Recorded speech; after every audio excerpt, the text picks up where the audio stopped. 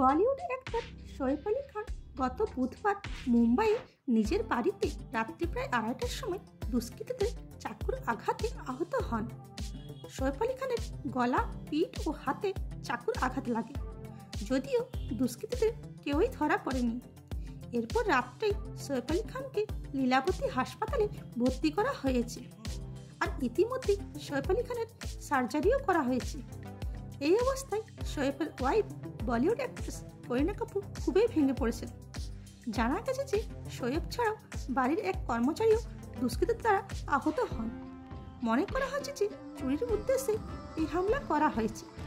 করিনা কাপুর এই অবস্থায় শোয়েব আলী খানের পাশেই আছেন, আর ইতিমধ্যেই শোয়েব আলী খানের বাড়ির সিকিউরিটি আরও টাইট করা হয়েছে। এরকমই ভিডিও পেতে চ্যানেলটিকে লাইক, শেয়ার ও সাবস্ক্রাইব করুন, আর ফেসবুক, ইনস্টা থেকে দেখে থাকলে ফলো করুন।